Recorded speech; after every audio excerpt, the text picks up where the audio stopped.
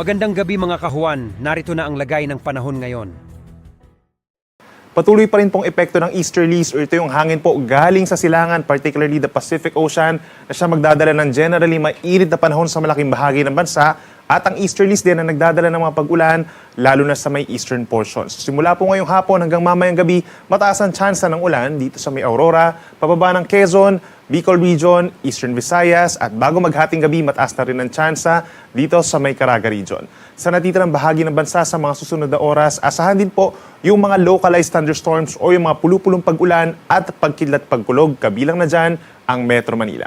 Base naman sa ating latest satellite animation, yung kumpul ng ulap dito sa may eastern portions, hindi naman natin nakikita na magiging isang low pressure area at bagyo at wala din tayong inaasahang anumang weather disturbance na papasok ng ating PAR sa mga susunod na araw. Bukas sa araw ng Miyerkules, June 26, mataas pa rin ang tsansa ng ulan sa silangang bahagi ng Luzon dahil pa rin yan sa easterlies o yung mainit na hangin galing Pacific Ocean. Mataas ang tsansa ng ulan sa may Isabela, Aurora, Quezon at malaking bahagi ng Bicol Region as well as Marinduque and Romblon umaga pa lamang at maaaring magpatuloy ang makulimlim na panahon at mga pag-ulan hanggang sa gabi. Asahan yung minsan malalakas na ulan at mga thunderstorms pagsapit ng hapon, maaari ito magdulot ng mga pagbaha at pagguho ng lupa.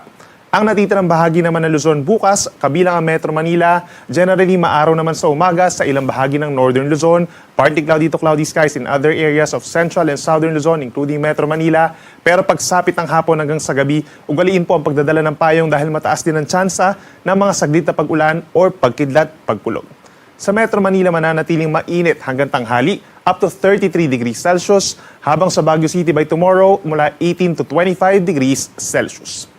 Sa ating mga kababayan po dito sa Visayas and Palawan, asahan yung pinakamatataas na tsansa ng ulan dito sa may northern portion of Palawan, Central Visayas, lalo na sa tanghali hanggang sa gabi, at sa umaga pa lamang bukas sa may Eastern Visayas. Yan po ay dahil sa easterlies or hangin galing sa silangan. May mga kalat-kalat na ulan and thunderstorms na maaaring magdulot ng mga pagbaha at pagguho ng lupa, habang natitirang bahagi ng Palawan plus Western Visayas, partly cloudy to cloudy skies naman by tomorrow, at aasahan din yung mataas na tsansa ng mga ulan tanghali hanggang sa hapon.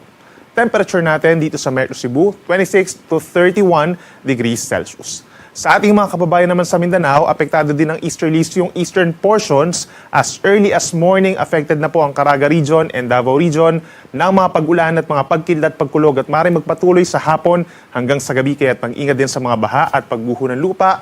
Habang ang natitirang bahagi ng Mindanao, mataas din ang tsansa ng mga localized thunderstorms sa tanghali at sa hapon, and for the rest of the day, partly cloudy to cloudy skies. Temperature sa Metro Davao, gaya sa Cebu, 26 to 31 degrees Celsius. Para naman sa lagay ng ating karagatan, wala tayong nakataas sa gale warning at wala rin tayong itataas na mga sea travel suspensions sa mga susunod na araw.